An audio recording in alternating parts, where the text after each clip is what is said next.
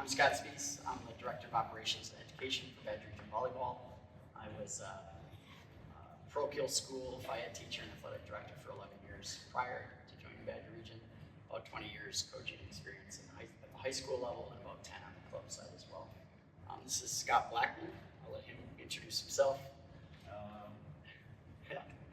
Vice President, Badger Region, Milwaukee Sting 18 goal, coaching almost 30 years. It's been a while. Like my assistant coach right now has 3 children, and she was on my very first team at Milwaukee Sting. So, that's about it. All right, so we do have a little slide deck. We'll try to get through this as quickly as we can and then get you on the court, walk through a few drills, and then answer any questions. So first things first, with the post-it note, if you would just take a minute and write down one question you're hoping to get answered today. So maybe something you're unsure about heading into your season, maybe it's a rotation question or substitution, anything. And then when you have your question ready, if you mind, just slap it up on the board, and then we'll try to address that at some point during the presentation.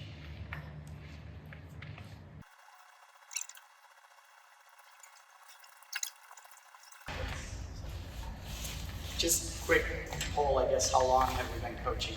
Less than 3 years, 5 or more? 5 or more. Less than 3? Brand new? Okay, that's good. 5. 5-ish? 3-ish? More than 5? More than 10? More than 10.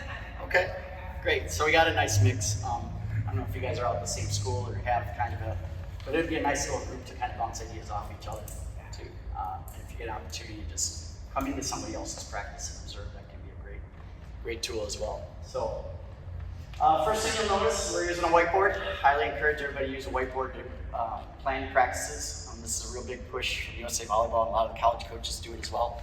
It doesn't have to be that elaborate. This was from the dollar store. But basically use a whiteboard to write out the practice plans. It's not fun for the day, right? But it does a couple of things. Number one, it helps you be organized and prepared for practice. Number two, it alleviates some of the anxiety maybe for the kids coming into the gym. What's going on today? What are we working on? They might see, oh, I hate that drill. But if I get through that, then we get to do this fun thing later. So I highly encourage use of a whiteboard for your planning purposes. Going through, and this is on your handout. It's pretty much all bulleted right there for you to follow along, but please stop at any times if you have questions. So first things first, off-court kind of heading into your season, think about your philosophy. Why is it that you coach? Are you doing it because you enjoy it? Are you doing it because you're trying to help somebody else out? But your philosophy should kind of guide everything else you do throughout your season. Practice planning is important. We already talked about the whiteboard, but coming in and being prepared to have a plan for what you're going to accomplish. Always encourage having more. Like, it's okay to not get to everything, but you don't want to be in a spot where you're maybe asking the kids like, what do you want to work on? Just an opportunity for them to kind of maybe steer in a direction that you don't want to. So planning practices, a lot of coaches, if you go to these clinics, they'll tell you to work backwards. So they may say, what do you want your team to look like at the end of the season? And then back that up and say, what do I want to accomplish this month or this week and then the next day? And so if you work backwards, kind of, hopefully it gives you a framework to kind of get you to that end point in the vision.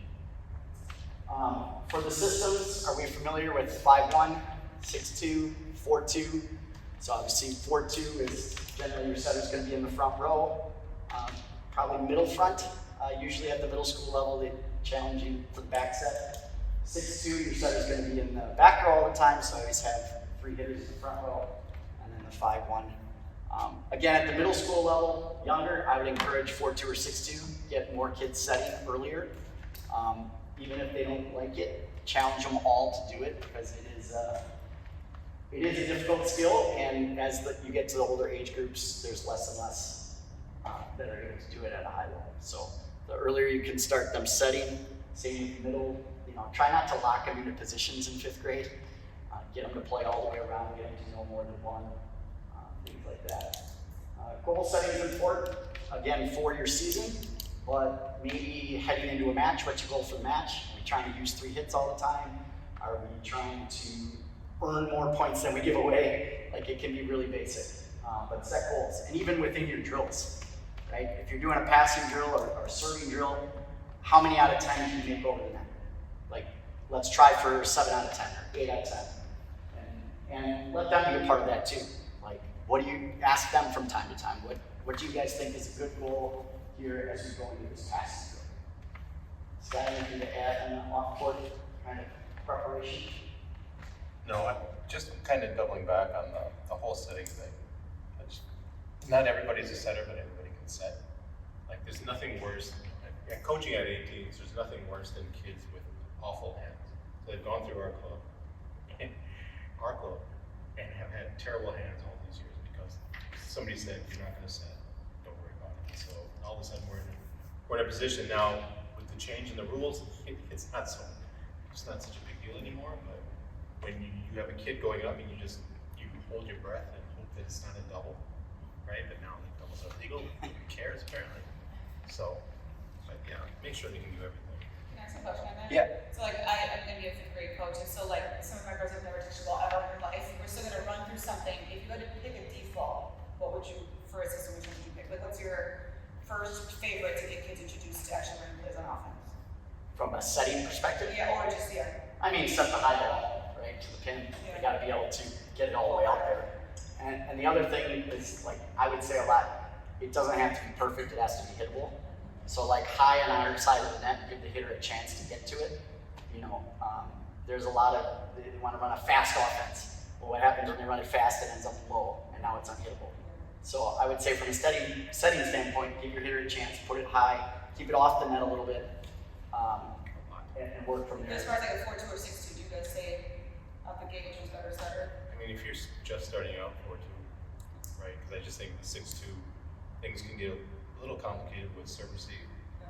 4-2, I think it's pretty straightforward. 4-2 can be pretty basic, where they literally just all play all positions, right? You Yeah. rotate to middle front, you're my setter now, Yep, right. And then you get a chance to hit on both sides, and kind of expose them to everything.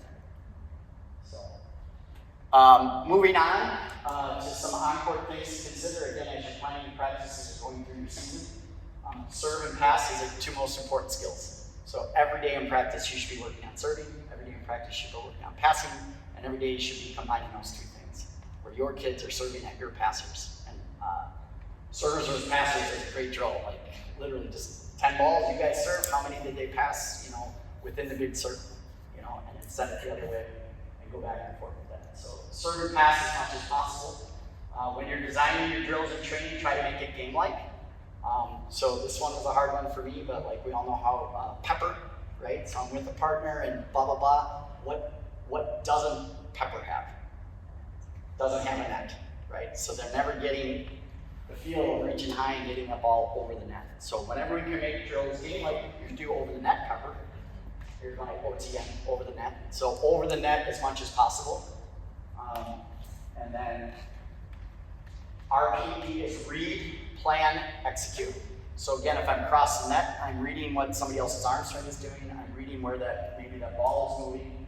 I'm making a plan for which skill I need to do, if it's by platform or maybe it's overhead, and then I'm executing that skill. So game-like as much as possible. Your equipment, obviously we did a pretty good job here. We got a net, we cut it up. One thing I don't see is antennas.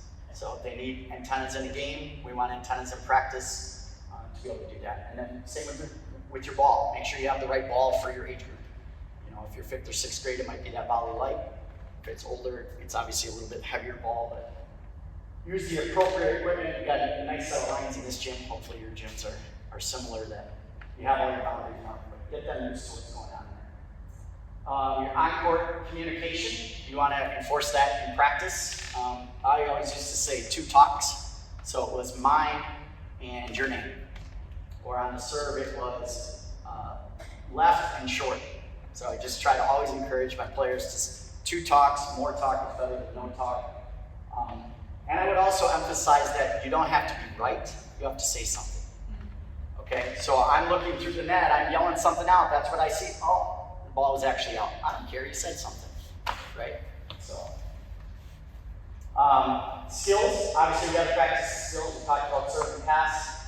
Again, middle school level, grade school level, I wouldn't spend a ton of time in your practices working on blocking. Most of them probably not going to be above the net, but some of them might be. You know, you could introduce some footwork and give them the concept of taking up space, but don't spend an hour on blocking because you might not ever block the ball. AMP is just another short one for as many as possible. So in your drills, if you're going in a rows are good, or as many as possible in this amount of time. Scott, you want to talk about this a little bit? The 3 E's? Yeah. So every practice we have, like I have every kid's name on the board. We have our 3 E's: energy, encouragement, and engagement. That starts at the beginning of the season where we're trying to set what's really important to us for our team. So those 3 things are kind of what we're based on. Are we bringing good energy to the floor? Are we encouraging our teammates? And the biggest one I think is engagement.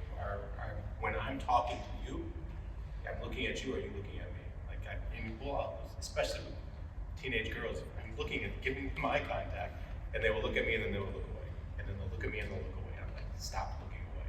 Like, we need to talk, right? So we're just trying to get them, and for me, the way I look at my job is I'm trying to get these kids ready to go off to college. And so this is where we kind of lay some groundwork where they're not on the phone with their parents every week, when preseason starts, which happens all the time. But we really, the more we can hammer those 3 things in, I think the more these kids understand that it's about fighting with one another, for one another, and not fighting against one another. We relatively, knock on wood, have been drama-free since 2012, which was my worst year ever. But I learned a lot I literally almost quit 3 times coaching volleyball, period, not just that team, that year. It was miserable. But yeah, we do that every day. So at the beginning of the season, I'll just to keep it simple because they don't really understand the concepts yet, I'll just say, well, we start the practice, go around the circle, look at the person to your right, tell them what you want to work on today. Right? So now we have a little partner system where one person is accountable to another person.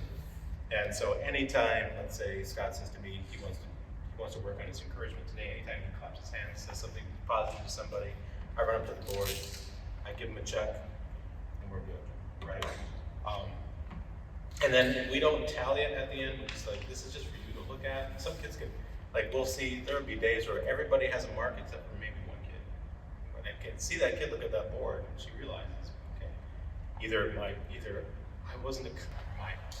partner wasn't listening to me, or I wasn't loud enough. That something has to change, right? So they work a little bit harder. Nobody has ever complained.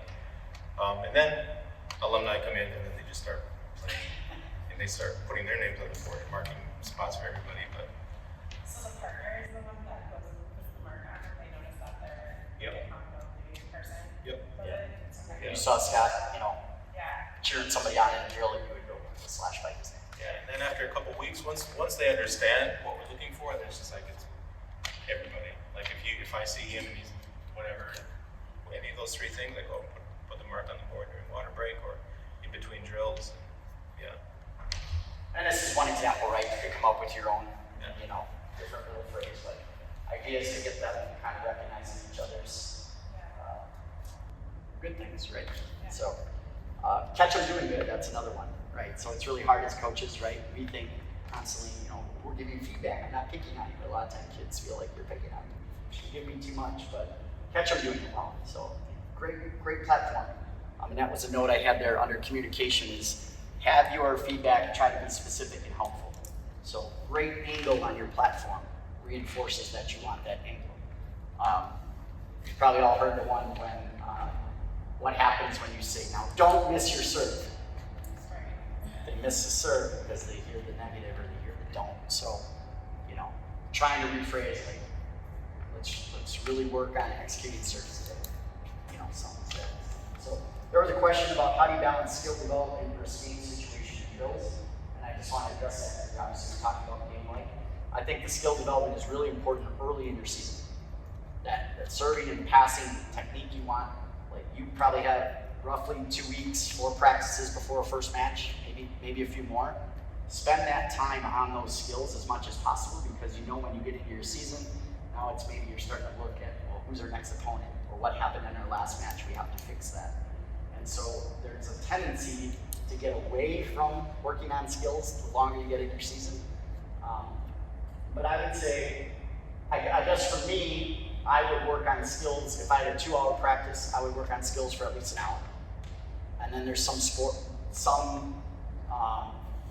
of drill that maybe combines multiple skills, right? So instead of just tossing to the hitters, toss to a setter who sets a hitter, and then build the drill, right? Well, now I'm throwing the ball over the net to a passer who sets, who hits, then I add a block, right? And you keep kind of layering and building it up that way until you can get maybe in a 6-on-6 situation. But if you don't have the foundation with the skill development, right, then the game's going to be pretty gross, right? They're just going to be one arm in and all over, sending over on one, boom ball type of stuff. So I would say, especially early in your season, and then also decide, like, what is our goal in 5th grade? Do we need to be 32-0? Or do we need to set them up to make the 6th grade team, right? Or make the 8th grade team, or however the splits go. Because I think that gets lost sometimes too. It's like, well, we can win a lot of games sending over on one because the other team can't pass. But what are we doing to help our kids? So I do think that's still important. Skill development is very important early in the season. And then as they develop skills, more game-like drills to make them up. Just make it part of your warm-up routine. Like if that serve pass, that's our warm-up every day. You know, these kids are functioning at a high level, but we will do a 3-person, or we'll do a drill where we actually split the court so we can have passers going on both sides, and attackers and setters. And we usually have 10 to 12 kids. We'll have 3 kids on one side of the net, 3 kids serving, we're at 12. And just a pass, everybody set it at the beginning of the season. As the season goes on, then I'll have the 2 setters set. And then we'll have an attacker. So we're splitting that court, and that's how we're warming up. It's just a pass, set, hit. We'll go 5 balls, rotate, 5 balls, rotate. We'll go cross court, we'll go to the other side of the net. But yeah, it's every practice we have, at least 30 to 40 minutes is just serve pass with some variation. I would say too, then you can see the note there under game like skill isolation is okay, but feedback should be specific to the area of focus. So if you're in a 6-on-6 drill and you tell the kids at the start, okay, we're working on passing balls to target. Stop yelling at the server. Like, just give the feedback on the pass, like, hey, again, great angle, or way to communicate early. Give the focus on the pass if that's what your focus is in the drill. A lot of times coaches can get lost in trying to correct every little mistake that's happening throughout the whole drill, and then it can be really confusing to the athletes. Yeah, so both of us, that's 13 years ago, worked our first camp up at Minnesota. He stopped. He's too good. I kept going. But Hugh McCutcheon, the old Gopher coach, was really big on hitting breakdown. We would spend in that camp we spent 2.5 hours literally just doing hitting breakdown.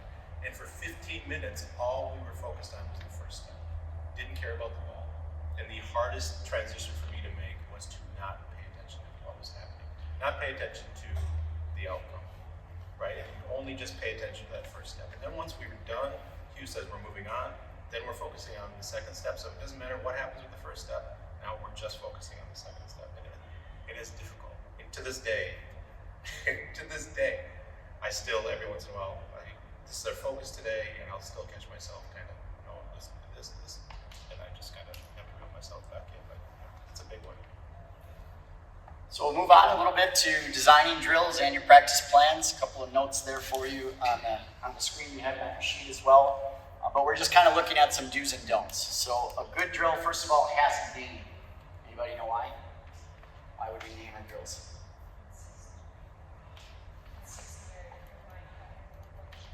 So you don't have to re-explain it every time, right? We're doing the figure 8 drill. Oh, I remember figure 8, and then get right to it. So try to name your drills as much as possible. Kids will remember it. Let them name it, right? If it's something new you haven't done before, how are we going to remember this? What do you want to call it? Maybe it's the Mustang drill, whatever I just saw it on your shirt. But yeah, so a good drill has a name. It also has 4 items: the read, plan, execute. We talked about a little bit. Again, eyes over the net, reading what's happening on the other side, making a plan and executing the skill. It has game-like actions, question everything. Maybe stop once in a while and ask them, what did you see there? Or Why did you make that move? And just an opportunity for them to understand, and again, have some of that dialogue between coach and player. Specific training to the exact task, train the movements you want your players to make. So I guess an obvious one would be like, why are we running laps to play the game of volleyball? Like, maybe to warm up, but it's not a part of the game, right? So we don't really need to do that. What might be good is like shuffle moves, right? We got to shuffle the pass, and maybe we do a shuffle warm up. And again, we give the feedback to those specific moves to encourage them when you catch them doing it right.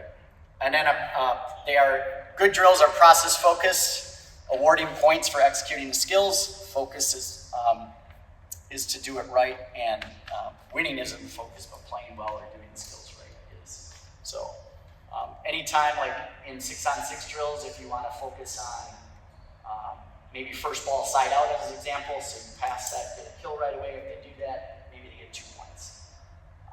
Or if you want to focus on setting the middle and making that connection, that could be a 3-point play, right? A block would be a 3-point play. So whatever you want the focus to be on, awarding bonus points is a good thing throughout drills. Yeah, he just alluded to running, and so we haven't really talked about. You want to wait? Yeah, I'll wait. Well, obviously there's some things to avoid too. Coach toss. Why do we want to avoid coaches tossing? Coaches don't play in the game. So if we're trying to make a game like, try to take yourself out of the drill. Let the kids do the entry. Again, that could be a serve. A lot of times it may just be a toss, but get out of the way because you don't get to play the game. I would say, if I had to elaborate on that, you have to teach them how to toss, especially in 5th grade. There are some high school players that are just the worst partners ever because they don't know how to toss a ball, right? So I always, especially with the younger kids, I tell them, I expect it's a 2-hand underhand, every time. Show them what it looks like, and then a lot of times I'll give you an example, right? He's got a tattoo he can't bump. But, so I give them a nice one, and you see the kid be successful, right? And then I shoot one at their shoelaces, and the pass is bad, and you're like, oh, what? It's like, well, if I don't help them a little bit. So teach your kids how to toss. It's really important. The other one, other than 2-hand underhand, is we call it bowl. So if I want to bowl it in, it's just an underhand with top spin coming over the net. That can be helpful too. And then, obviously, as they get a little older, more comfortable, overhand toss is important because now I've got high elbow like I need for my attacking or for my serving. It could be a one-hand overhand toss over the net. Again, as a warm-up or to get them going, get the shoulder loose. So tossing is important. Drills should avoid the same repetitive skill over and over and over again. So like pass 50 balls against the wall. Like, how's that helping us? But the game is also random, right? There's a serve that I have no idea where the serve is going. My pass has got to be pretty good, otherwise the serve is running all over the place. So time and place, I guess I would say, for the repetitive skill. Early on, partner passing or something like that might be okay over the net. Right? Partner passing. But again, try to keep it random like the game. Avoid punishments. So this is, again, maybe a little old school, right? You didn't meet the goal, 10 push-ups. Or that team won, your team's got 10 jumping jacks. Try to avoid that. It takes a little bit of the fun out of the game, out of the practices. And so the note there is to give them a chance to error correct. I was always big with our teams, next ball, move on. Like, we don't need to worry about that one, that one's done. So we said next ball a lot. And when there was an error, we were in a drill and shanked pass, guess what? I'm firing that next ball right at that person that shanked that pass. Now they don't have time to drop their heads on their feet. Now I'm terrible. Nope, next ball's coming. So give them that next opportunity as quickly as possible, and then again, catch them doing it right to try to build them back up. Verbal diarrhea. This is just like overcoaching in a nutshell, right? So one kid, you're just constantly like, oh, your left foot was too narrow and your arms aren't, and blah, blah, blah, blah, blah. Just, again, short, specific feedback, walk away, give them a chance to do it. They don't need to listen to you talk for 3 minutes on every mistake they make. And then error vulturing kind of just continues with that, correcting every little mistake, constantly telling them, you got to do this better. Just let them work through it sometimes. And I guess I would diverge on that a little bit to like substitutions in There's nothing more deflating as like I make one error and I'm getting pulled out. So, try to have a little patience again with younger kids. Let them make, and then if there's a corrective like action or behavior, like a helpful thing to give them, pull them out, talk to them, explain why or what you need to see from them, and then put them back in and give them a chance to go do that. So.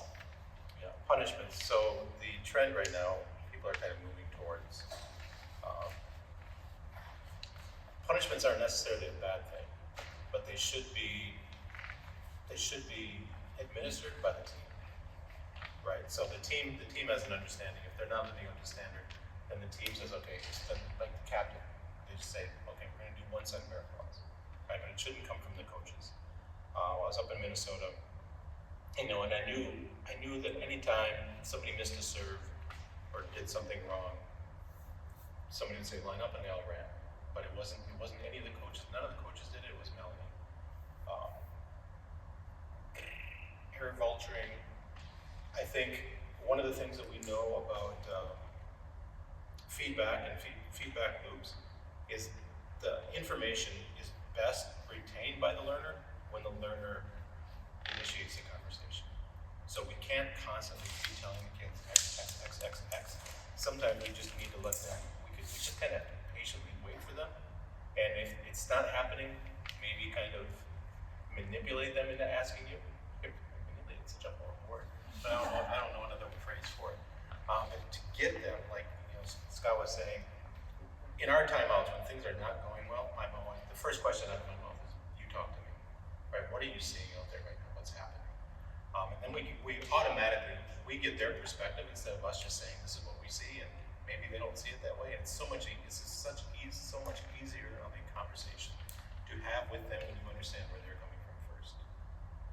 I agree with everything he's saying. Obviously, at your level, 5th, 6th grade, maybe tread lightly, right? You got to understand the kids and make sure that all of a sudden it doesn't become this, it's an overused word, but bullying type behavior, right? Where they're calling each other out that way. So definitely get to know your kids and then go with that. Some additional considerations for your drills: try to have a score or a goal in everything you do. Employ more than one skill at a time. We talked about that, serving and passing, and then adding the set, then adding the attack. The standards, we talked about that before with the equipment stuff. Couple ideas there at the bottom, a mystery score. You can tell that each side of the net separately,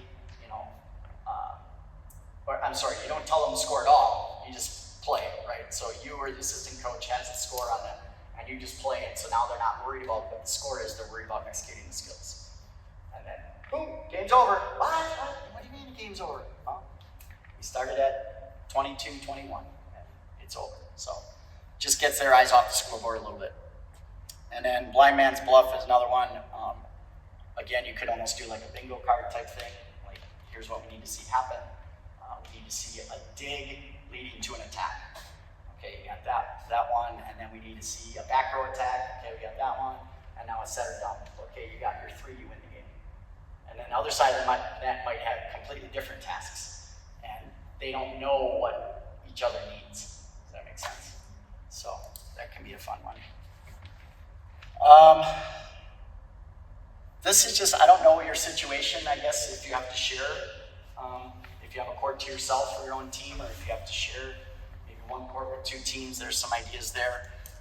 Basically one team working on offense, you're doing all the receiving, the other team's working on defense, so you're serving and getting your defensive systems. You can read that. I don't need to read through all of that for you, but if you have specific questions maybe to your unique practice situation, don't hesitate to ask us. Another good one can be positional work. Like if you have 2 6th grade teams, maybe coming together for practice, or for the first 30 minutes, this coach is going to work with the setters and middles, and this coach is going to work with the hitters and the liberos on passing. So just splitting them up, that could be a good way to do some more of that skill development in small groups. And then also like that idea of working with another coach. Like, the 8th grade coach is coming in today to work with the 5th graders. Like, that can be kind of exciting. And just keep things fresh for them. And then obviously just a mini tournament if you had 3 or 4 teams in the gym, or split up your groups into small-sided games like 3-on-3, 2-on-2, short court. Those can all be really good things because the kids love them, but B, it's working on all skills. Less players on the court, more ground to cover kind of helps with the aggression and stuff like that. I have some links down at the bottom. Obviously, that's a lot to type out. I told Seth I would email all this over at the end, so if you want to just click on that stuff later. This is our Badger Region website. A lot of information you probably don't need, but the USA Volleyball webpage does also have a nice landing page with some practice plans and resources for coaches. So that's there. This Million Coaches Challenge is more of it's not necessarily volleyball specific, but it's kind of like coaching generalities, like things to consider working with kids. The AVCA coaching tips is on our website too. That's a lot of college coaches like showing drills that they run in their practices. So if you need some ideas, that might be one. And then the Art of Coaching Volleyball is a great website too. I actually just got an email from them this morning kind of talking about the differences between the 4-2 and the 5-1 and the 6-2. So you might want to check that out. And there's a couple of links there that actually explain the rotations. I think some of you have questions. Learning positions and rotations, so kind of where to line up your setter to your middle or your outside. And we can walk through that a little bit on the court if needed. Questions are all kind of similar, so we'll try to attack them as we get out on the court a little bit. How can we as coaches better done at skill? I think repetition is huge. Like I'm probably doubling down on something I said before, but repetition meaning like you do it every day, right? So like he was talking about his warm-up routine. Maybe there's 2 or 3 drills that are a part of every practice. With my high school team, I started every practice with it was a 4-on-4 exchange drill. And it was basically back row players at the center that hit the ball over the net. As long as they used 3 hits and their feet were off the ground and the ball went over the net, that was 1. And we needed 15 in 5 minutes. 15 in a row in 5 minutes. And there were a lot of days they didn't get it, but they knew tomorrow they were going to get another chance. And then when they did get it, it was like this huge celebration. And it was just, they got in the habit. And again, some days it's like, oh, 4-on-4 again. It's like, yep, clock's running, here we go, ball's in. But I think some of that routine can help them. Again, we talked a lot about just catch them doing it right. Show them video. You all have one of these, I think, right? So I know you have to be careful sometimes with kids in that situation, but not always another adult present, right? But just record it, come back, watch. Here's what I saw. Do you see yourself doing this now? So that can be good. Show them video of good players. Like show them the high school team at Wisco, they're pretty good. Show them the Olympics, right? Show them a Badgers match or a Marquette match. So just showing them more good volleyball can also be a really good help. Because a lot of kids are visual. And so again, that can help. The whiteboard itself can help with the visual. Any of that video stuff can help. And maybe even one day when you're in practice and you get the drill that you named the Mustang drill. Oh, sorry, Seth. When you get that drill going, take a minute and just record it. Right? It's like here's what the drill was like yesterday. What's it gonna look like in 3 weeks? So I think you'll have it there. Yeah, I think one thing, we spend a lot of time, and a lot of people spend a lot of time stressing over skill acquisition, right? And I understand why, but we need to be careful not to go away or do that at the expense of playing the game and understanding what's happening on the other side of the game. Like we always talk about, each gets to pass the ball, hit the ball, serve the ball, take a ball, whatever. But everything is so ball centered. And all of a sudden we catch these kids and all they're doing is watching the ball and they have no idea what's really kind of transpiring on the other side of the net. Right? And all of a sudden everything, like you always says, playing the sport is a constant state of shock. It's really bad. Right? So if we can teach these kids to start reading cues, which is why over the net stuff is so important.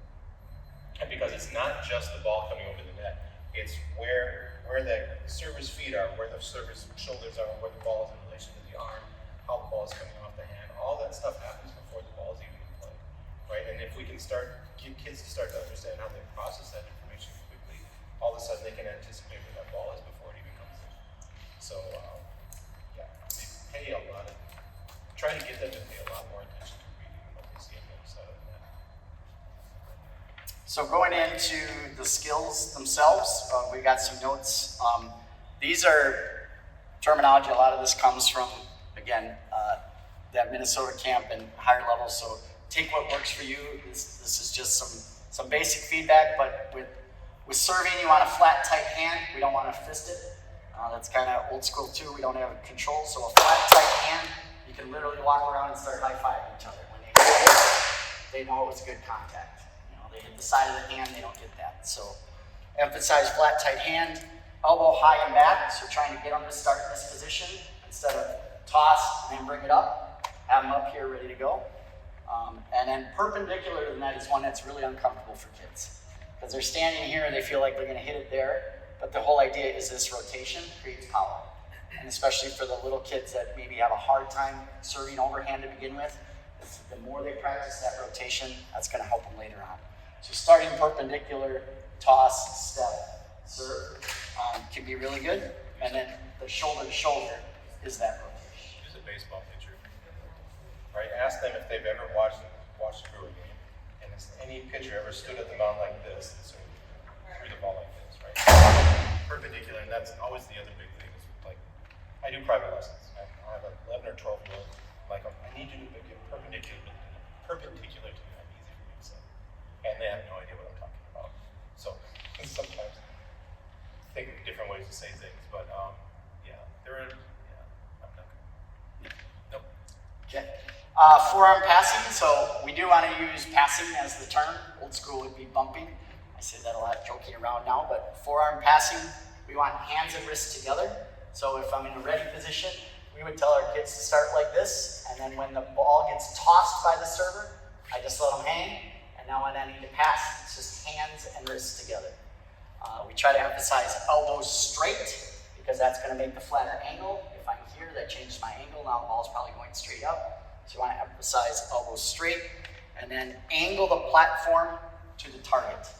So what can be confusing sometimes, a lot of times people say, get your feet to the ball. Well, I can get my feet to the ball and my angles like that. Like the ball only knows angles. So yes, you have to move to the ball, but the ball is going to respond to whatever the angle is. And just have them play with that a little bit. Like, what's it look like when I'm here? Where's the ball going to go? Ask them that question. Like, they should probably say, oh, where's the ball going to go when I'm here?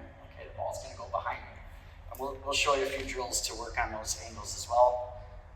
And then beat the ball, not beat the ball. So that's the getting the feet there part, right? If I'm standing on the end line and the ball keeps dropping in front of me, well, maybe I gotta move up, or I gotta get there before the ball to be able to establish that angle. I don't do a lot of overhead passing. I know it's part of the game, but especially with girls and especially at the younger age groups, we're just not strong enough to throw that thing around. So even though it's legal, I tend to teach it as an emergency move. Like, I can't get my feet there, okay, I can put my hands up and try to slap at it, but I don't do a ton of training in that. I don't know how you feel about that. For us, it's really simple for me. And I always talk about, I just did 3 days of, I do a camp in Madison for all 4 Madison high schools. Because that's where I live and that's where I'm from. And that's where I learned how to play volleyball. So all 4 high schools come in the gym, and we were talking about this the other day. The big reason why I don't use hands, or I don't teach hands, is because how often have we mishandled the ball, or we've seen a player mishandle the ball in service with their hand, and we were able to get a second touch? And it never happens unless, for some reason, the libero knows it's going to be a bad touch and is down in the knees for that ball. But if we have a bad touch on our platform, there's usually a 90% chance we can get a second touch on that. So I would rather think of it in terms of managing our errors a little bit better than just always working to get our platform on the ball. Setting, again, I would encourage everyone to be a setter, in practice early on, but we want hands up early. So we got to run to position, get our hands up early, thumbs back towards your eyebrows, hands to the shape of the ball. Sometimes they get too flat and then they're really slapping at it, so it's okay to shape the hands to the ball. And then we start with elbows bent, but we want to finish fully extended, fully locked out. So again, it can be good for them to just feel what that looks like, laying on their back, and then push it straight up to themselves. just like that's a little camp drill, right? Now lay on your belly and feel what it's like. So just easy, underhand tossing to a partner, having them set it back is good. Just beginner type of stuff. Setting, a lot of times we want to face where the ball is coming from and then push to where we want it to go, so we can see it coming that way. Attacking will be hard. It will be ugly and gross for a lot of the younger players, but if there's one thing I would encourage you to get them off the ground. So if they want to walk up and they get used to the arm motion, but they stand. The sooner they can get jumping off the ground, the better. So we want to go small to big and slow to fast. So we would generally teach a 4-step approach rather than a 3, just because it's a little bit more momentum, right? So if I'm small, big, right? And then I go slow to fast, slow on the first 2, fast on the last 2, to bring that momentum together. The non-hitting arm is kind of helping them track the ball, and then we're high and back just like we're serving, and then we bring that together. Got that bow and arrow action, if you will, to draw. But the arms essentially follow the feet, right? So I'm here, they're at my side, I'm there, they're back, and then they're up with me. So, and again, we'll show you a drill in a minute to just kind of work on some of that footwork. Do you want to talk about footwork specifically? How specific? I want to get too specific. Just two quick. Go ahead. Well, actually, I was going to say 2 quick things. 3 quick things. One, there's an epidemic right now of goofy-footed kids, like right-handed hitters that are doing a left hitters approach. So instead of finishing right-left, they're finishing left-right. So really pay attention to that. We've had kids who knew they were goofy-footed in our club at 14 years old and at 18 years old. And I had one kid in particular for 2 years, and really, once it's recognized and once we start helping them, a lot of it is on them. Like I've had kids able to fix that within months, which is an anomaly. Like that never happens. To this day, I don't know how she did it, but she did it. I've had other kids who it took a year, but she's got it. There's a kid at DS right now who's goofy-footed at 14, probably going to be a starter or at least on the floor at some point this year. She's no longer goofy-footed, like, but it took her a while. And then there are kids like Liv, she's 6'4", goofy-footed, but found a way to shoot out of the ball and is doing well. The steps, a big thing when we're talking about starting small is if they take a big second step, they can't slow down. And so that's why kids are constantly hitting the ball into the net, right? Because for us, we teach second step when the ball is in the setter's hands. So if I'm early and I keep it small, I can stop. But if I take a big step, it's pulling me into my 3rd step. I can't stop now. I'm already committed. So if they can really understand that second step as a timing step and make sure it can stay small. When I have a kid like that in lessons who just keeps hitting on the way down, I tell her, so we do you go, I throw, which I'm sure we're going to talk about here, where I toss the ball in their second step. So the kids that are kind of rushing it or taking a big step, to kind of drive that point home, I'm telling them, I'm going to hold the ball on your second step if you're going to wait until you see where the ball goes. And invariably, they take a big second step and they can't stop. And I'm like, he stops. Like, what can we do to do it, right? And so now they start to understand it needs to be a smaller step. The last thing is that 3rd step just needs to stay straight. And what you will see a lot of is kids are opening early, and when they open early on the 3rd step instead of getting turned on the 4th step, their arms come off to the side. So when you see a lot of kids doing this, it's because they're opening that 3rd step early, and so now they're not getting the same lift as if they would with their arms back and straight up. So. All right. Any questions before I'm going to pull you guys out on the court and try to walk through some of this, a few basic drills, and then we can answer any other questions, and that's pretty much what we have for today. There was one other note I didn't get to on the board at the bottom there, the on, off, over. This just goes back to communication. So on, off, over, I'm trying to get my team to read the other team's first contact. So if they pass it perfect, it's going right towards the setter, we would yell on. The ball's on the setter's hand and anything's game on. Off, the pass is playable, but it's off the net.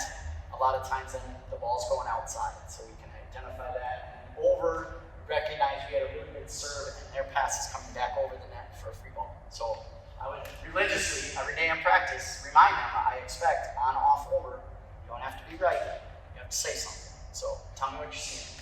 And then if we want to layer that and build it, we would make a second call out of out, mid, or back, and that's where the set is going. Is the ball going outside, is it going to the middle, or is it going behind? So we'd say on, off, over, be on, out. They pass the ball perfect, they're setting it outside.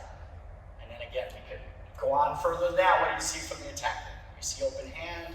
Do you see low elbow? Something to get them to verbalize what they're seeing. So, questions? Grab a ball, try the first drill. Come on over to the wall here. This is, you know how we said make it game-like. This is not game-like.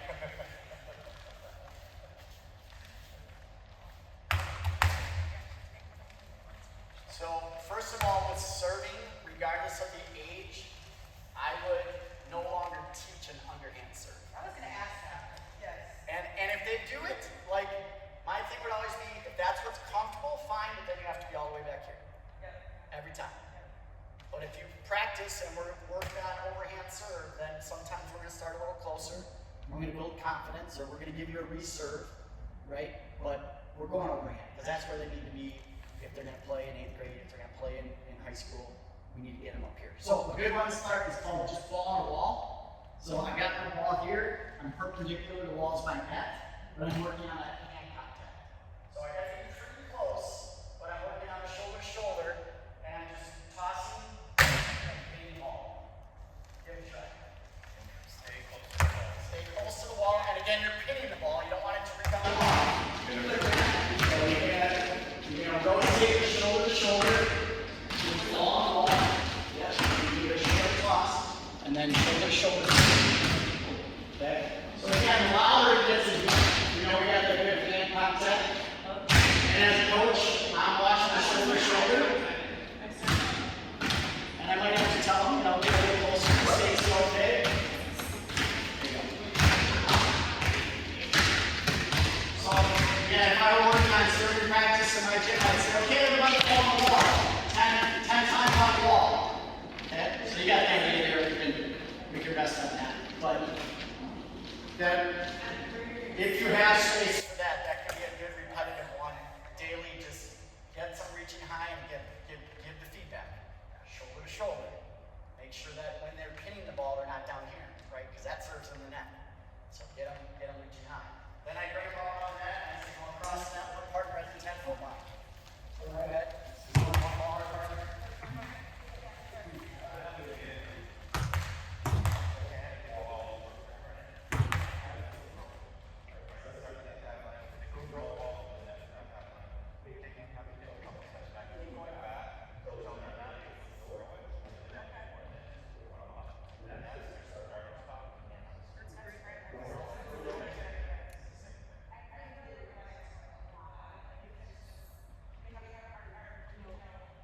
It's a strength issue.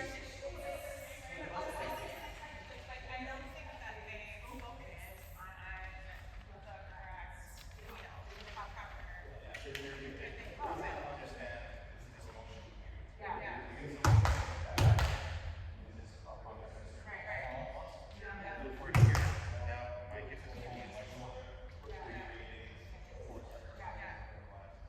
think we've gotten so focused on like just getting the ball over that we're not really focused. And like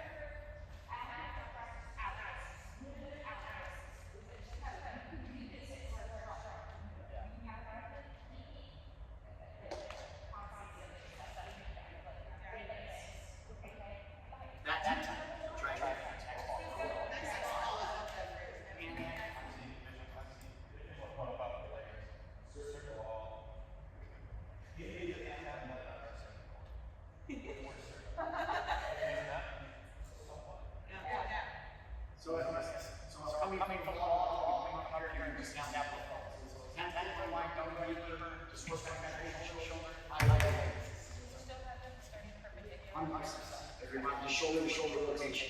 And we want the high elbow. Back and forth. So we have to do this maybe 10 times. And again, they're going to start creeping back. So we might have to remind them to get closer. Get closer. And when we get at 10, we would go all the way down serve. But again, I want the ball to go to your partner. Now I like to focus more on that hand contact. Right? When you front and tight, is your elbow high back, and you can still give a reminder for shoulder to shoulder. So to your partner, I'm not trying to play this, I'm trying to serve to them. We go 10 times.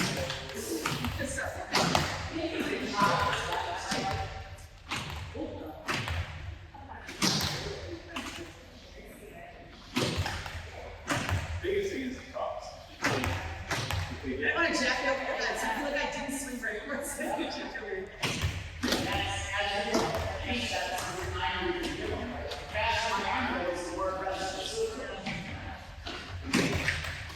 Another good reminder is middle of the hand, middle of the ball. So we want the medium part of the hand. These balls feel good. It's like weird. They're like almost like volleyball, but also like slippery. These are weird. So obviously we get that in here. We would go for your time, extra serves. Go ahead and take these steps back, right? You don't really have to do it. Yeah, and then go back to throwing it, right? You go back to throwing it, I'll hard to be able to do that, right? And then, yeah, we'll serve it, and then we say, okay, let's take all the way back to the line. And again, what we have to mind down here is from close proximity, right? We are working on the technique, we are working on the control, we're working on the contact. I'm not trying to serve for aces right now, I'm not trying to say the Olympics. I'm really focused on my technique, so when I'm back there all by myself, and the whole team staring at me with a whistle and my guy in the left, that they can execute there. So we work on all of that, and again, this is part of warm-up every day, this could be cool down, this could be practice hasn't even started, but work on your, on your serve. Couple of serving games you can do it on. I don't know if you've heard around the world. So this is a location serving game. We have 6 zones. 1, 2, 3, 4, 5, 6. So one person, if I were, let's say you three are a team, and I'm on your team, I got this spot, I can stand in zone 1, and you guys are all serving and fighting to catch the ball. Scott's over on, I catch it, Scott would replace me, he would be in zone 2, I would serve. And then you hit, and then you keep going. So again, a lot of times you get last one, you go around the world to zone 6 and back. 6, 5, 4, 3, 2, 1, sit down and deep cells. I would also elevate that drill by asking yourself. So instead of just catching it, like once you get it better, pass that ball so it's on control, catch it, and then if they don't catch it, Good, later here. So this is still not after the hill.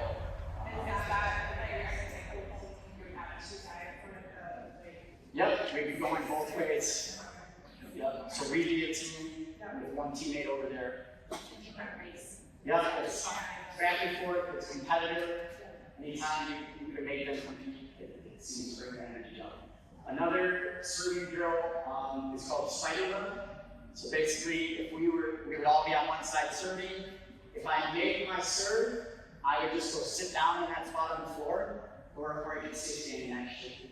And then the next person to make their serve, we end up connecting, right? And so then the next server is serving, trying to hit us, and that breaks us apart. We would have to go serve again.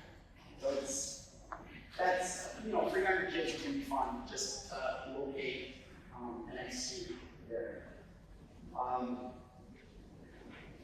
Other serving drills really don't have to be crazy. We just want that solid contact. Other things to emphasize though is a lower serve is harder to pass. So a lot of times when they get maybe it's 8th grade and get more aggressive, if they can serve it from the top of the tape or below the top of the intent. So at the national level they call it a fleeing serve. It's flat and clean. So there's not a lot of rotation on it, kind of dancing around a little bit, and it's real flat, harder to pass. might also hear coaches say serve seams and serve sidelines. So like if you would pass it in one and she's passing in 6, I want to serve that ball right in between to kind of create that conflict. Who's going for it, who's got the angle. Or I would say serve the sideline, you can serve outside her body. She's got to make an out decision, and she's got to make maybe a tougher angle to bring the ball into the target. So seams and sidelines, I wouldn't necessarily, a lot of times in my teams I wouldn't call zones. Like a lot of coaches like to say, okay, serve zone 1, serve over there. What happens? They serve the ball right on that person's door button and they have to serve the ball, right? So I would just say, number 1, we're not serving for aces. We're serving to try to get them out of system. We want them to make a bad pass. So A, I want you to make a serve. B, I want you to try to make it difficult on them. And then if we get an ace, that's the bonus. Anything else conservative? Or move? Passing, this is an easy one. If I just had 3 of you, I'll take the ball. You can stay there, you be my passer, you be right here, and you're going to stay right there. So throw, pass, catch. That's literally the name of the drill, that's literally what you're going to do. Okay? So you're going to throw, shoulder to shoulder, and start perpendicular like you were, okay? You're going to pass, and you're going to catch. And then once you catch, you're going to bounce back to her. So let's see what that was. Throw, pass, catch. Like this here. We have just go for 10 reps, right? Throw, pass, catch. And now again, I need to decide what is the focus of this drill. I set it up as a passing drill, so I'm giving the feedback to her. I don't care how you catch it. I don't really care how you throw it. Although if there were another coach, you might come on high elbow, shoulder to shoulder. But I'm going to watch the pass. So keep going, go pass, catch. So right there, I would just give you a reminder. Remember, elbow straight. Elbow. She goes again. And I give whatever feedback. I say great angle. You pass. And we go 10 and we rotate. You just come up to catch. You go throw. You come and pass. And if you were going to layer it and make it more difficult, what would you do this time? Then instead of set it up. She can self-set it, right? Pop and pass. What else do we do? I could serve it. You can serve it in, pass it, set it, right? So you can keep going that way. So that's just a simple throw, pass, catch drill.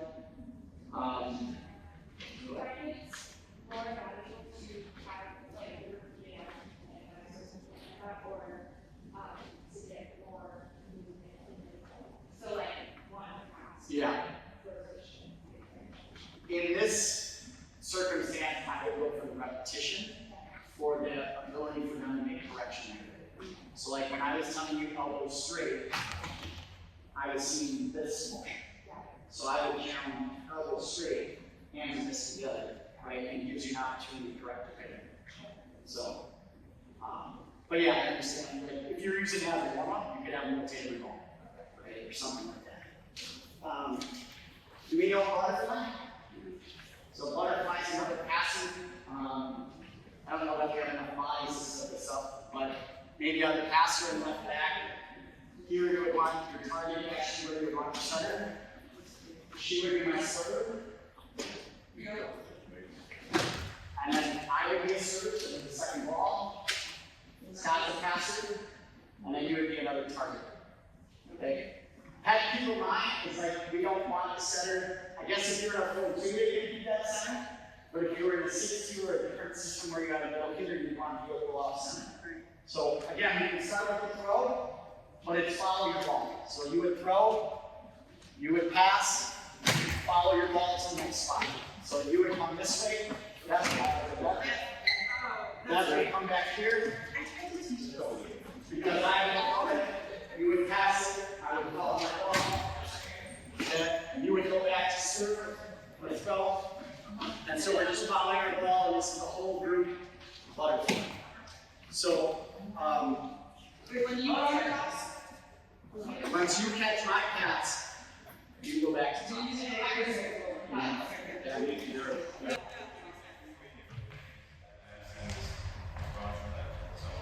There will be times when you say let's go butterfly, and you may have kids from another program who broke it.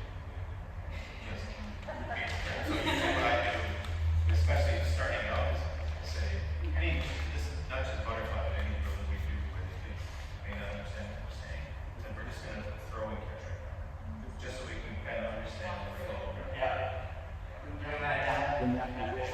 So like even when I said bingo butterfly, you might have said kind of a let's let's walk through it.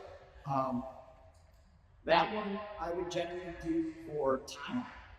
Man, like maybe it's a warm up or again or whatever, but you maybe soak for the first minute and then for the next 2 or 3 minutes, and then we're going on to serve. One thing I think I really messy in that one is I shake the pads and I want to go get my ball because I made a mistake. The whole deal breaks down. The target has to go get that ball, run and get it, and then run back to the next thrower. So whenever I'm passive, I can get to the next job. I gotta be the next target and try to step ball. So, and then again, for different angles, you could reverse it. So instead of your passer being the left back, you could put your passer in the right back. Target doesn't change. That's the other thing you gotta mind. It's just because I'm passing you, you're still the setter in that competition, and now I have a shorter distance at a different angle. And it's the same idea. Follow on like you go there, you come up to there, you can serve straight. Okay. So that's butterfly. Partner work, we talked about a little bit. Just you're tossing and passing it. If you have to do that, it's okay. But yeah, let's try to go over that. Maybe in partner back and forth over the night. Another one I've seen is if you step up there with me, we go behind.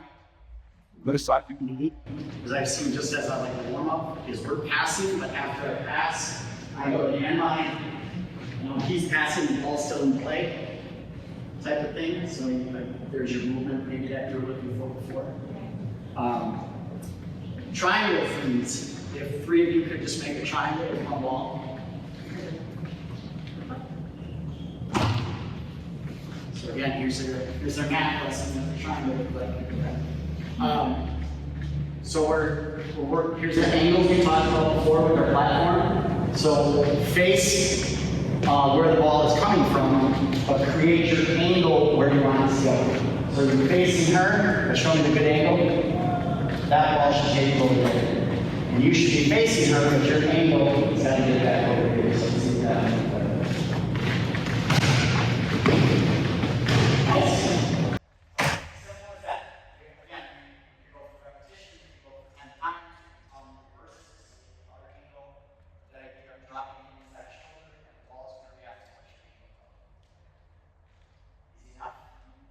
Another pass is going to be a linear freeze. So you would stand here, you'd be in the middle, you'd be on the other side. So we have a short pass to her, and you're facing her. You're working your ankle on a backwards pass, so her ankle is different, right? And she's got a long pass. She's got a long back over the top. So we have 3 different angles. Let's see, guys, this is a short angle, a backwards angle, and a long angle, right? Shorter, backwards, and over the top. Good. Perfect. Okay, we got the idea there. Again, as we're doing these drills, we want to give every kind of stability. 2 cups. Right? 2 cups. Line, cut. Line, whatever it is. And again, that's just moving right here, right? I'll be walking around with 3 or 4 different things going on. And then this one you're going to need to do for meal rolls. Like, can you get 5 in a row? 7, whatever your goal is. And if the ball hits the ground, it's back to 0. But I have a timer. So we have 3 minutes to get as many in a row as you can. And then what I would do a lot is I would say, okay, what's your number? Don't tell me your number, but everybody's got a number. This is kind of an honor system. And you got 5 in a row. And then round 2, I was telling my number. Okay? I don't call them out, but round 2, if you didn't reach your number, it's a punishment, right? If you didn't reach your number, do the difference in the progress. So I missed my number by 2 seconds, and it's over. We move on. Like, it's not going a full set of lines and do all these push-ups.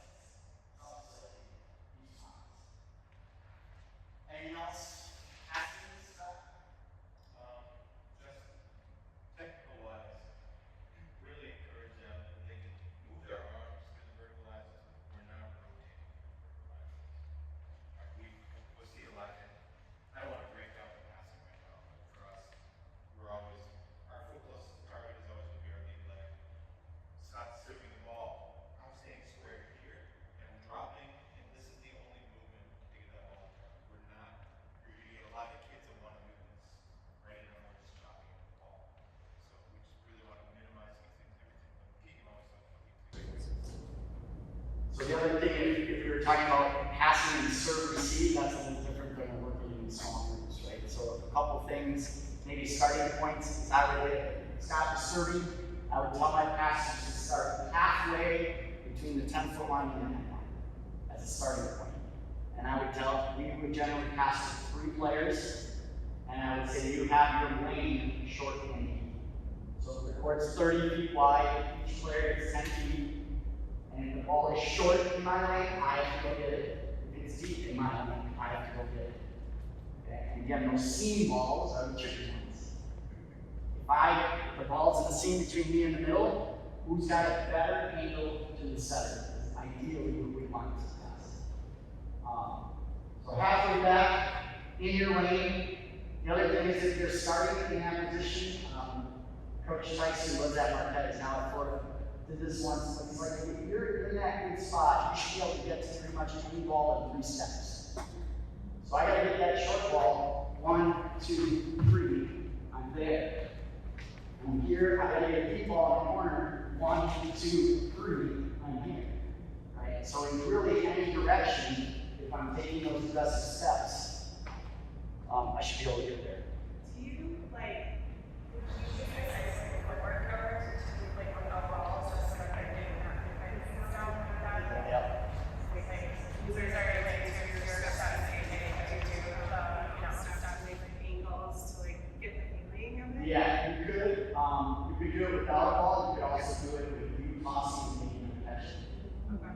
Like, so I would just be sitting around bowling, right? And I would maybe only have 2 players on, but I'd be working that seam.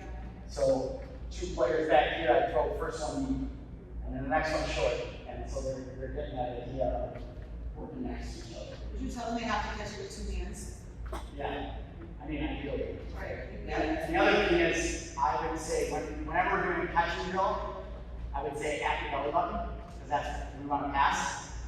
Great, you caught it up here, that's not helping me pass, right? So, at your belly button, or the other thing would be away from your body. They want to catch it like football in here. That's not how I pass. So if I can get here and catch it at my belly button away from my body, it would be reinforced. You just mentioned having 2 passers. I think once you get comfortable in a passing drill with just one person, that is second person. Right? Anytime, like when we work on block, we never work with just a single blocker. Right? We should ideally always be blocking with somebody. So when we're passing, like we will always do a 2-person to start, and it gets them understanding who's got what in terms of responsibility, accountability, and it gets them comfortable passing the 2 people. Now they're getting it's a little more game-like with the person next to you than just standing on by yourself. All right, enough with passing. You know, that's really, really important. Serving and passing. We're going to set the ball a little bit, so we could do the same triangle 3s with setting as we did with passing. But there, again, I'm facing where it's coming from, but now I want to physically turn where I want it to go. So we wouldn't necessarily train on the side set. That's maybe a little more advanced, but I'm going to face where the ball is coming from and then turn where I want it to go. In this case, I might put you up there like you're a hitter, and I'm a setter, and you could be my passer. So as we're doing this, I'm facing my passer like in a game, right? She passes it to me, I turn and I set it up there. Okay, and then same thing, she could set that ball back in. If we wanted to make it multi-skill, she could maybe tip it, and she could pass it, and then I could set it. And then again, we could rotate so we get all the jobs. Same thing with the linear 3s, short set, back set, deep set. So obviously on a deep ball, I would use my legs to put a little bit more push. On a short ball, where my hands maybe a little bit more in front or up here if I want a shorter angle. That's pretty straightforward. 2-ball setting, this is maybe a little more advanced for you guys, but you would have a line back there. 2 passers, so you could stay there, we could stay there. You can keep you there, and then bring it over here. Hold on. And in this case, there's 2 balls. Oh, you got it. There's 2 balls that are live. You do that. And then if you had extra bodies, so you would start, okay, here we go. You're going to toss it in. I'm gonna set it to you, you're gonna set it back to her, the ball never stops moving. But as soon as I set yours, yours is coming. And now I'm back setting that way. Okay, so let's see how bad I can fudge this up. You're gonna toss it. You're gonna toss it to me, I'm gonna set to her, she's gonna set to you, you're gonna set back to me. Set, set, set. Okay? The next ball is coming right now. And I'm back here. Okay? And now I'm right there. Right? So I'm here. So both balls, So both balls are moving at once. So as me as a setter, I'm relying on you guys to execute the skill, right? But I'm also like a little frantic. Because I gotta find that ball instead out there, then I gotta find that ball instead of back here. And even though it's chaotic, it can be fun. Like, whoa, you think it's easy? Your turn.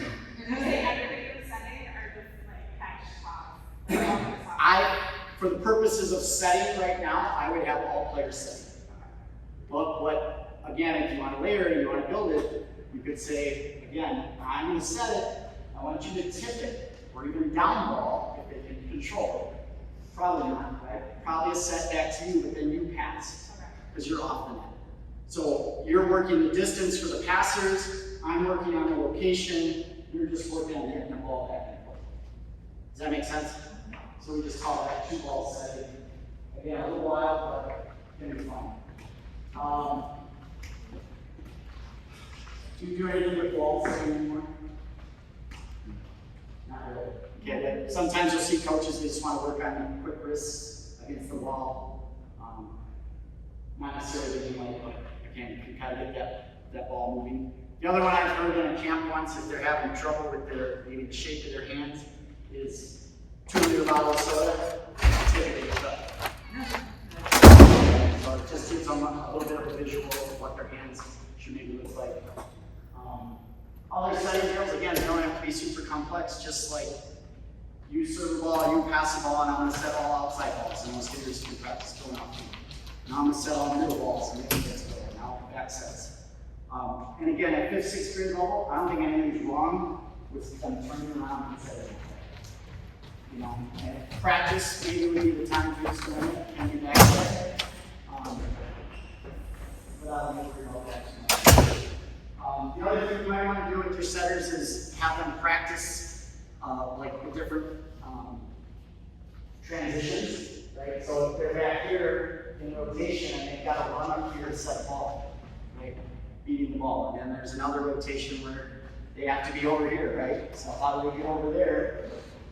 Face their passers and get set up. So doing that in practice so that they're more comfortable in games. I didn't really elaborate with this as a sidebar, but practice your substitutions in practice. Like kids go, oh yeah, I know, like. So, you gotta be in this zone, right? You gotta wait for them to tell you to go. Do you guys use a libero? Depends. Liberos have to enter back here, right? So have them practice that behind the line. Practice your timeouts. What do you mean practice? Well, what does it look like when you call a timeout versus when they call a timeout? Sometimes, usually if I was calling timeout, I had something to say. Like, we needed to change something. If they call a timeout, we're probably playing pretty well. Get a drink of water. Like, here's a reminder what to look for. But, you know, so it might be different scenarios, but practicing that in practice just, again, alleviates some of that stress and kind of know what to expect. We kind of laugh at practicing things like the substitution, but so during the fall season, I work with assistant coach for games, but I also do challenge youth system for Wisconsin. So you would be amazed at the amount of times Wisconsin subs and the referees call them back. They didn't sub right. So yeah, you get it wrong. Other things with setting, again, if you want to just play around, challenge them, you can have them work on jump setting, right? I don't think there's anything wrong with that experimenting, like even if you're not ready for it, do a little jump setting. Serving one day, okay, we're all gonna jump serve. Don't even show them, just tell them jump serve. See what happens, right? And then maybe you come back to it a couple days later and say, okay, here's how to actually jump floats. But again, at your level, I think the most important thing is the consistency of the toss and the quality of the contact.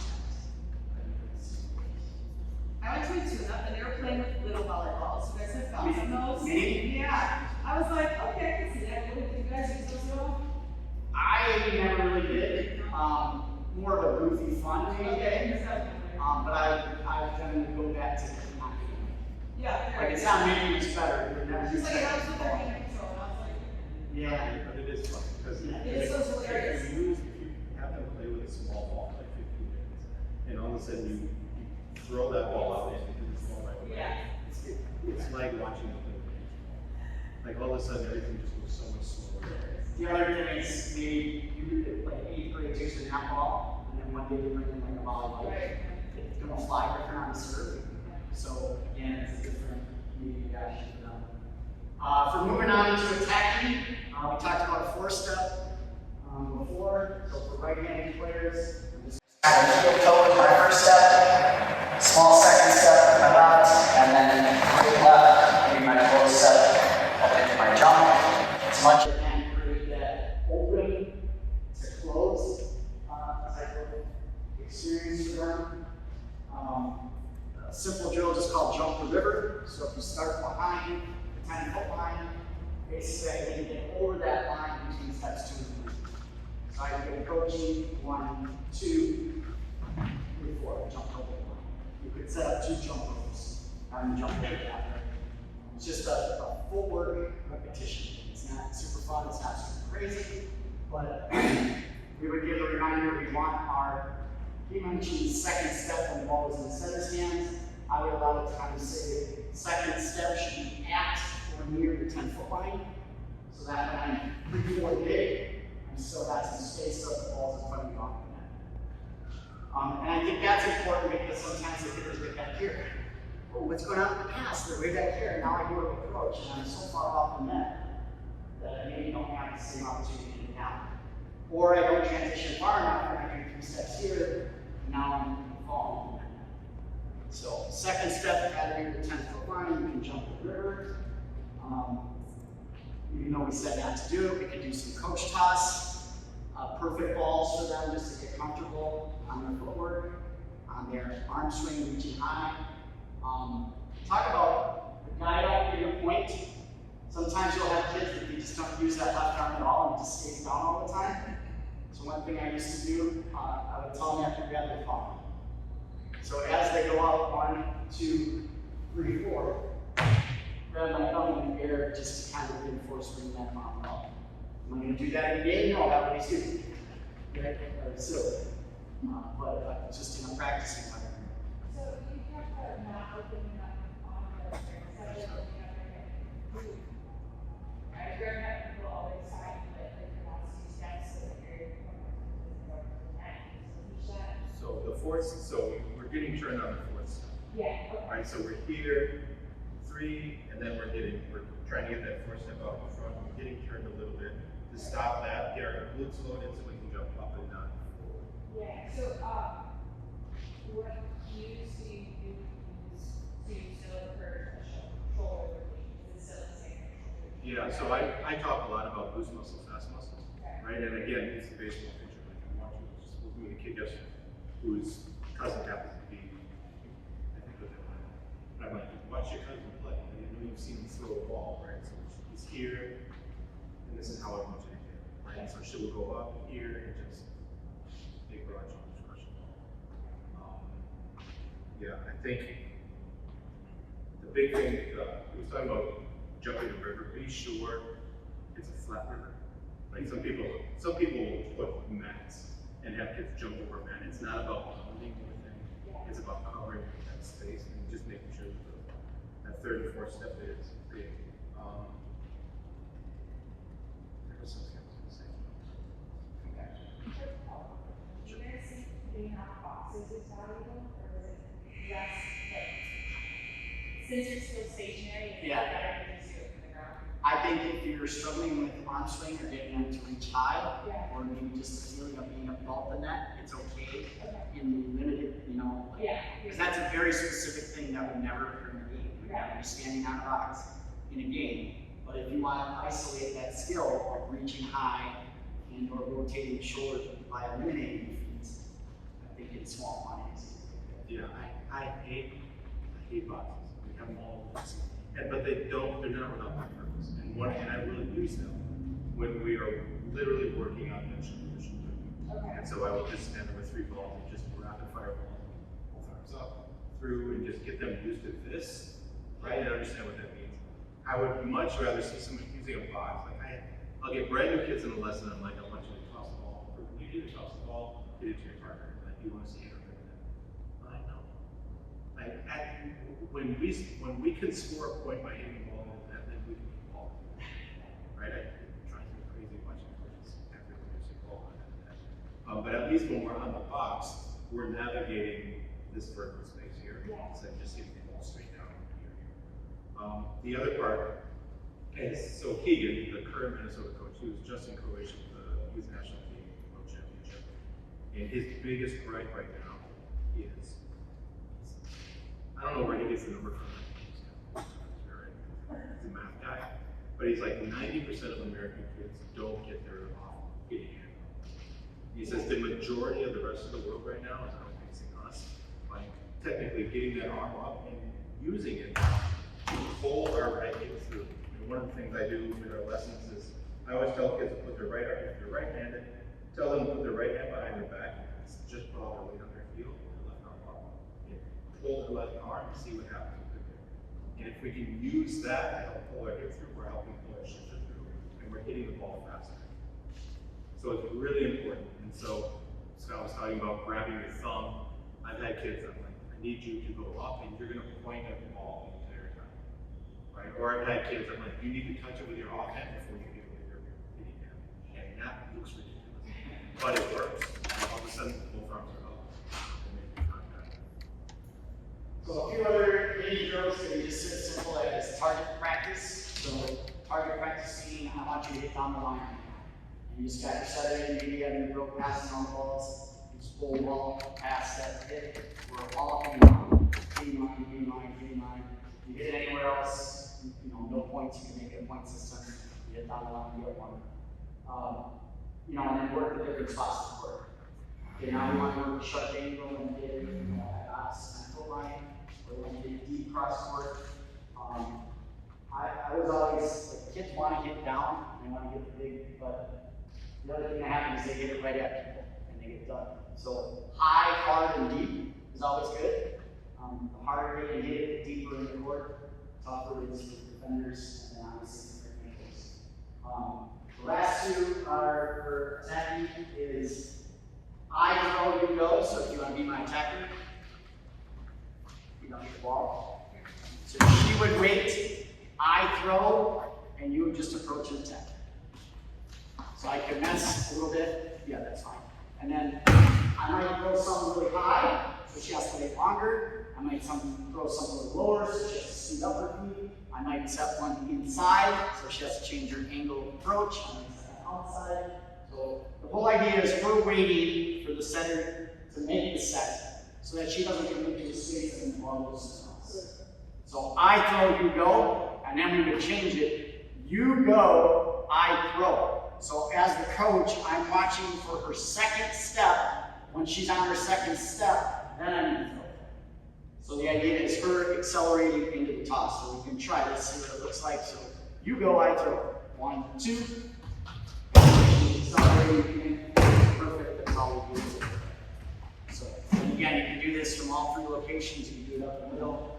You can do it from the right side. But generally, you throw, or I throw, you go. And then you go, I go. Again, other attacking ones just make the game like run some plays, right? Free ball, get an easy ball. Maybe we want to try a crossing time, or the middle goes that way and the outside comes up the middle. Guys, you get more advanced, you can have some fun with that stuff. So, those are just some simple attacking ones. Those are kind of basic skills. We talked a little bit before about blocking. Actually, let me back up 1 second on attacking. The transition. So I have to get from defense blocking off the line to get into attack too. Number 1, run forward. We're faster running forward than we are backwards. So see some players do this. And a lot of times they get in position, but sometimes it happens too fast. So I'm going to turn 1, 2, 3, 4. And now I'm ready to go right back in. So 4 off, and 5 off on the right side. We're getting lazy, but basically the reverse of what you take to get to the net. And it's 5 coming off this way as a right-handed player. So, having your practice getting off by running forward. Blocking, same thing, running forward. So, it used to be you always stay fixing the net, that we call static blocking. A lot of times now they're teaching dynamic blocking. Because if I run and jump, I have more momentum to jump off. And the key to that again is to run forward. So turn and face that sideline and go up. Okay. So it would be a small first step. I would give a reminder, go somewhere. So don't just pivot, go somewhere, be big, close, and would be the most common. Quicker plays, I would just do a quick shuffle, right? And there's all kinds of different patterns like that. 5, 6, 7, 8. Wouldn't spend a ton of time on blocking. That's pretty much what I got today. Somebody wanted to see rotations, or are we comfortable? We're good, that was me. That's okay. Basically, yeah. Just like general question. Yeah. So I have 22 girls signed up For one team, for 6th and 8th grade. Yeah, one team. 22 players on one team. Yes. Do you recommend tryouts? I would recommend getting on the coach and making 2 teams. Really, I mean, in all honesty, like, We just don't have enough coaches for that. And Yeah. I coached last year and I lost 8 or 9 girls who do academic reasons and want to be careful and that kind of stuff. But even so, like, so going back to the original question of having tryouts, do you mean to eliminate some of those 22? yes. I would say no, because if they're signed up, they want to play, keep as many kids playing. But I can tell you that 22 on one team will be almost impossible to manage. Well, and that's why I'm concerned because it took 4 weeks to even get done with, I think, 17 players. Yeah. And so managing that many players in practice and Yeah. trying to meet everybody where they're at, just at various skill levels, did not work. And Yeah. so how do I What grade is this? separate?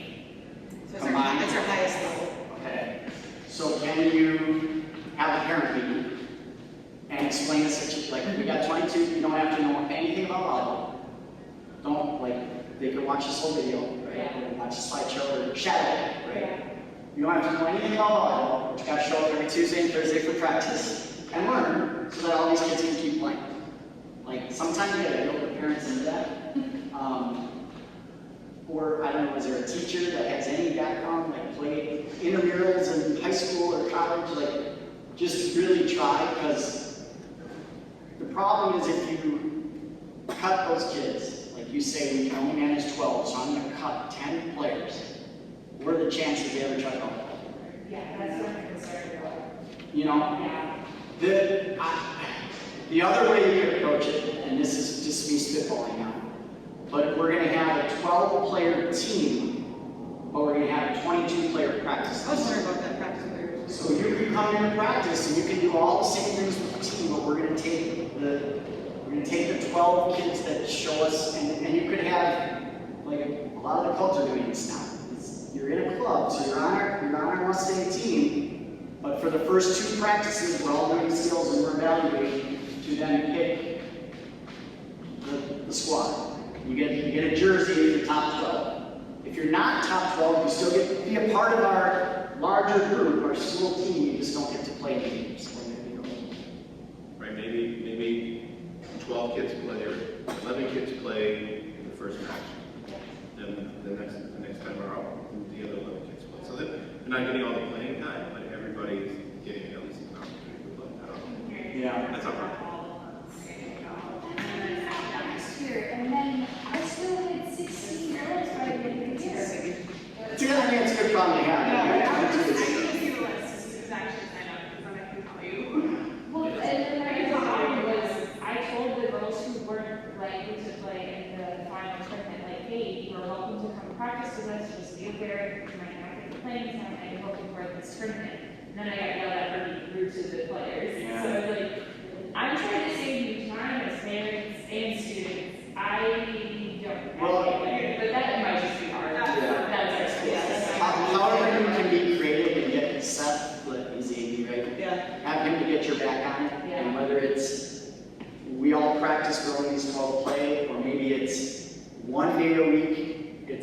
practice like it's intramural. Sure. So we do 30 minutes of skill work and 30 minutes of play for those 12 kids that aren't on the team once a week, right? And then the team practices the other 2. But you know, you can only manage so much.